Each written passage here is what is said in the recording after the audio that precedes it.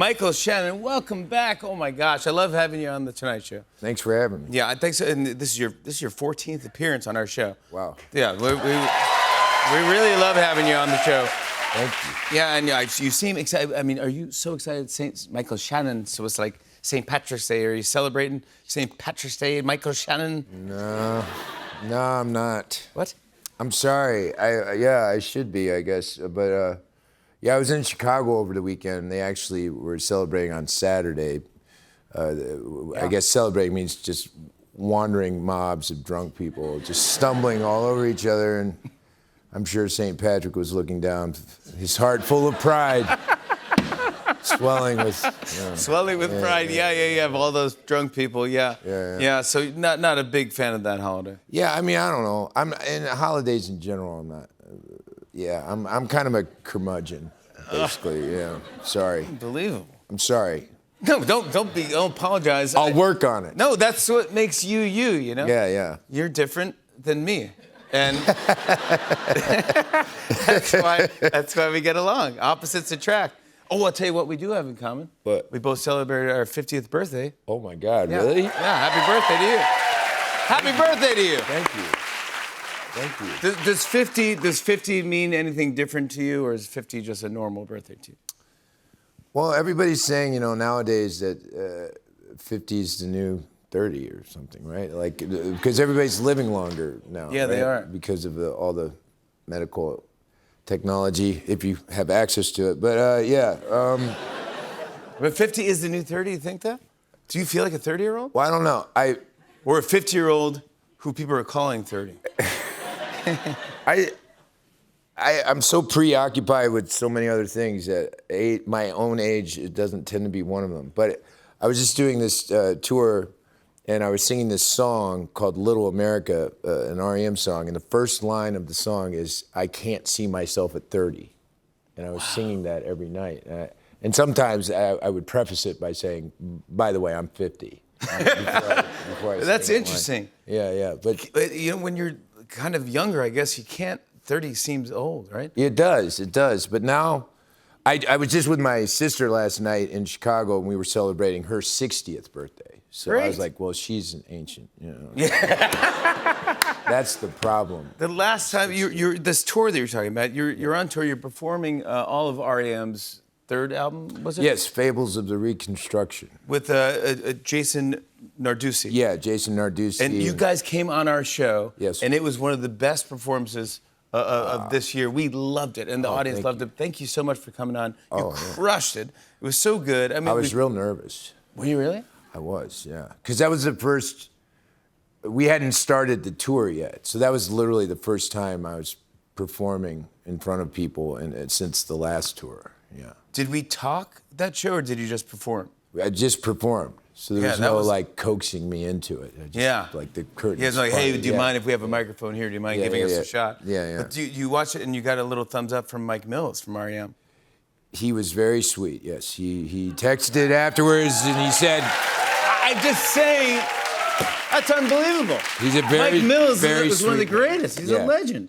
But then you go on tour, you get a message from Mike Mills saying, hey, good job. And then you go on tour, and guess who shows up? The whole band. The whole band. Michael Stipe gets on stage with you and sings. Are you kidding me? Yeah, this was, I believe, at the 40 Watt Club. This was the first night we were at the 40 Watt Club. He came up and he said, now I still want you to sing the lead. I'm just going to harmonize.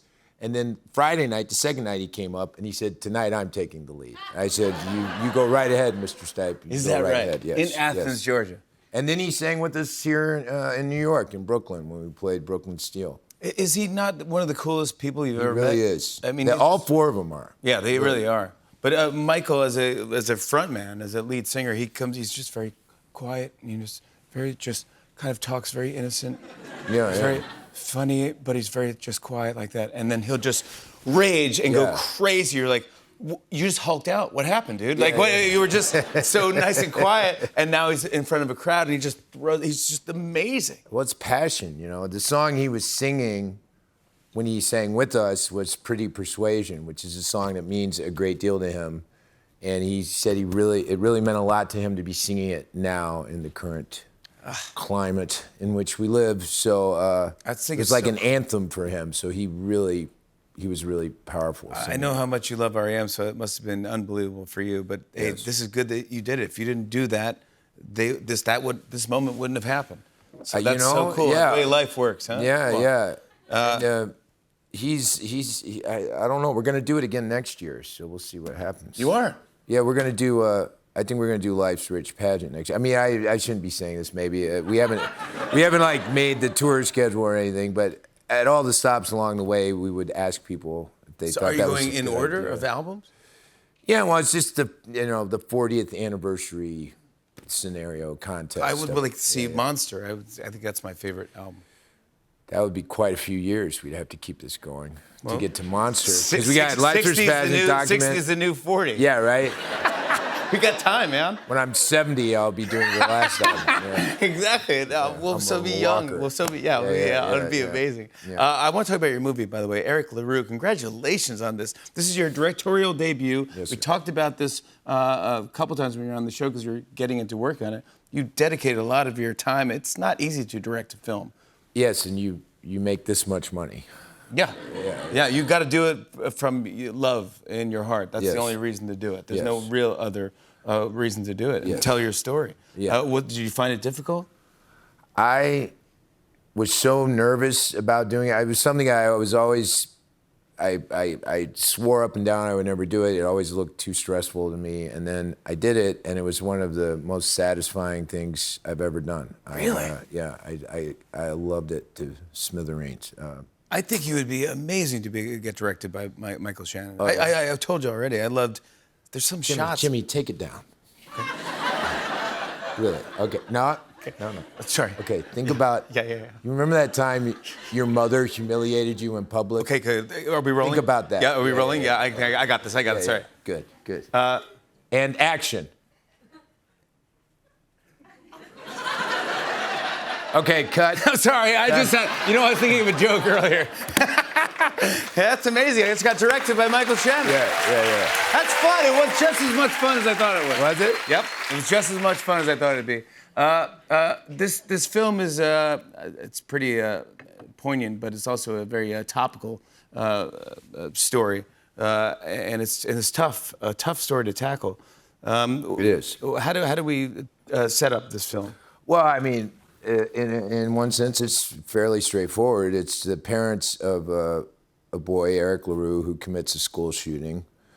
When the film starts, the trials happen, he's in prison, and you just see the parents in that lingering aftermath of trying to get on with their lives, after what their son has done, and how difficult that is for them. Judy Greer plays the mom, and man, oh man, what a knockout performance. She's a genius. Oof. I mean, she's funny as all get out, but I'm really excited for people to see this side of her. How And much Alexander depth.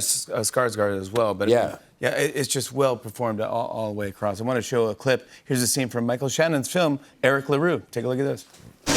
Hi. Hi. Do you need some help with the groceries? No. Okay. Hey, I was talking with Lisa Graff, and she wanted to know if we want to come by their house over the weekend. For dinner, maybe. I don't think I'm up for that. Just yet. No? Okay. Well, I'll let her know tonight. What's tonight? A prayer group at Redeemer. She's picking me up. Yeah, it's fantastic. Michael Shannon, everybody. Eric LaRue opens in theaters April 4th. Leslie Bibb joins us after the break. Stick around, everybody.